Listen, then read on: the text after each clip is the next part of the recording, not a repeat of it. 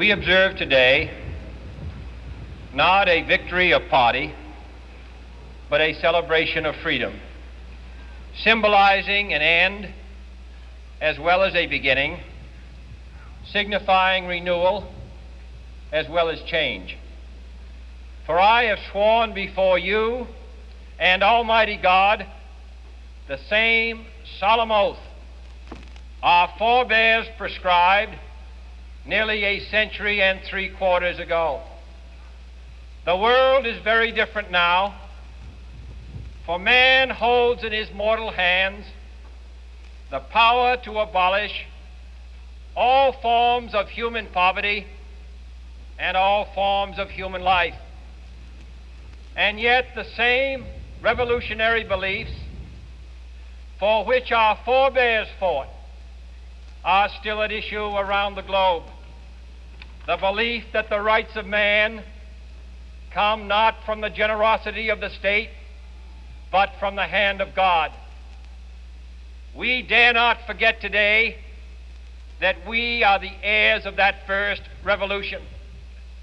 Let the word go forth from this time and place to friend and foe alike that the torch has been passed to a new generation of Americans born in this century, tempered by war, disciplined by a hard and bitter peace, proud of our ancient heritage, and unwilling to witness or permit the slow undoing of those human rights to which this nation has always been committed and to which we are committed today at home and around the world.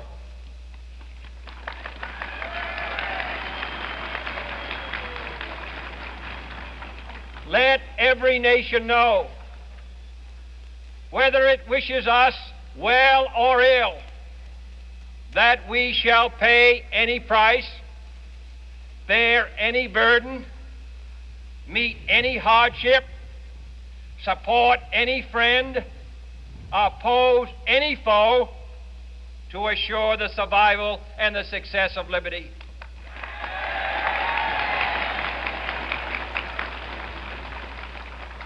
This much we pledge and more.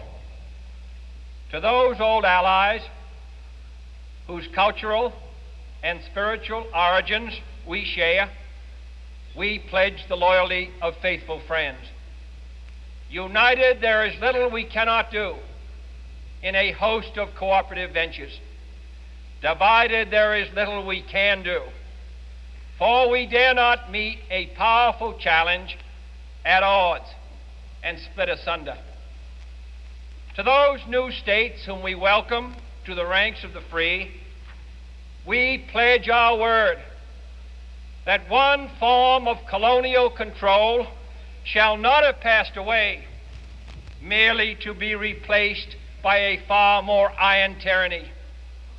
We shall not always expect to find them supporting our view, but we shall always hope to find them strongly supporting their own freedom, and to remember that in the past, those who foolishly sought power by riding the back of the tiger ended up inside.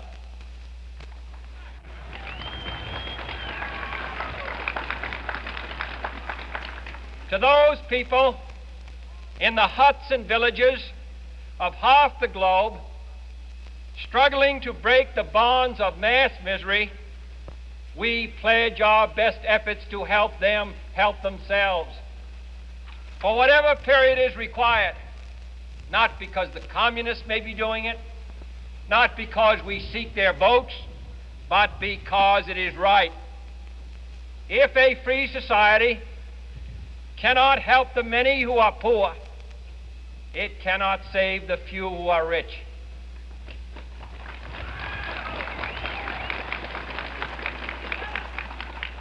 To our sister republics south of our border, we offer a special pledge to convert our good words into good deeds.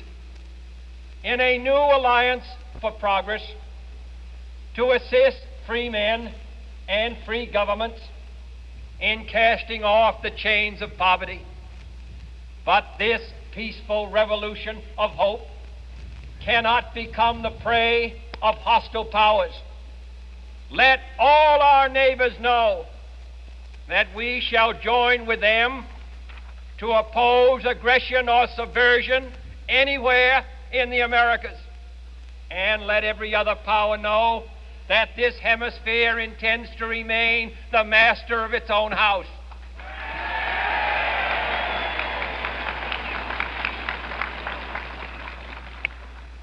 To that World Assembly of Sovereign States, the United Nations, our last best hope, in an age where the instruments of war have far outpaced the instruments of peace, we renew our pledge of support to prevent it from becoming merely a forum for invective, to strengthen its shield of the new and the weak, and to enlarge the area in which its writ may run. Finally, to those nations who would make themselves our adversary, we offer not a pledge, but a request that both sides begin anew the quest for peace.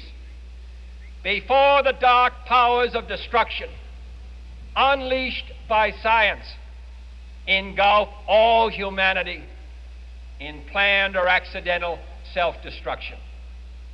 We dare not tempt them with weakness, for only when our arms are sufficient beyond doubt can we be certain beyond doubt that they will never be employed.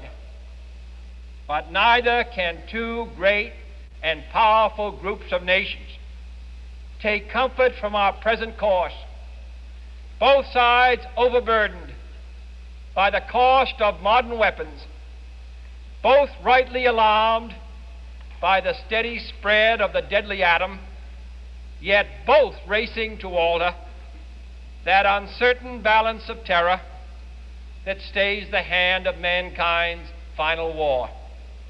So let us begin anew, remembering on both sides that civility is not a sign of weakness, and sincerity is always subject to proof.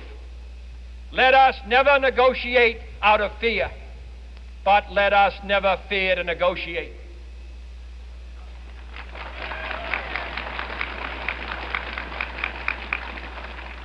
Let both sides explore what problems unite us, instead of belaboring those problems which divide us. Let both sides, for the first time, formulate serious and precise proposals for the inspection and control of arms, and bring the absolute power to destroy other nations under the absolute control of all nations.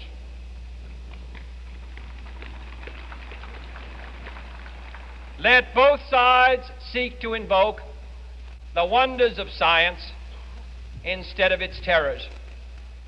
Together, let us explore the stars, conquer the deserts, eradicate disease, tap the ocean depths, and encourage the arts and commerce. Let both sides unite to heed in all corners of the earth the command of Isaiah to undo the heavy burdens and let the oppressed go free.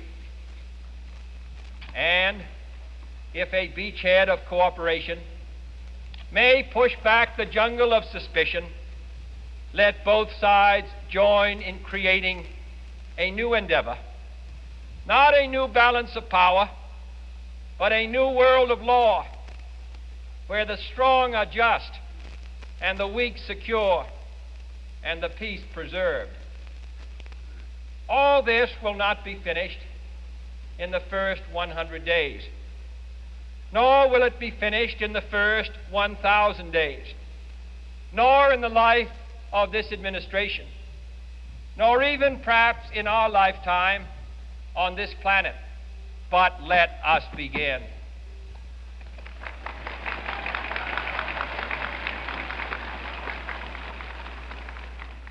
In your hands, my fellow citizens, more than mine, will rest the final success or failure of our course. Since this country was founded, each generation of Americans has been summoned to give testimony to its national loyalty. The graves of young Americans who answered the call to service surround the globe. Now the trumpet summons us again, not as a call to bear arms, though arms we need, not as a call to battle, though in battle we are, but a call to bear the burden of a long twilight struggle, year in and year out, rejoicing in hope, patient in tribulation, a struggle against the common enemies of man, tyranny, poverty, disease, and war itself. Can we forge against these enemies a grand and global alliance, North and South, East and West, that can assure a more fruitful life for all mankind? Will you join in that historic effort?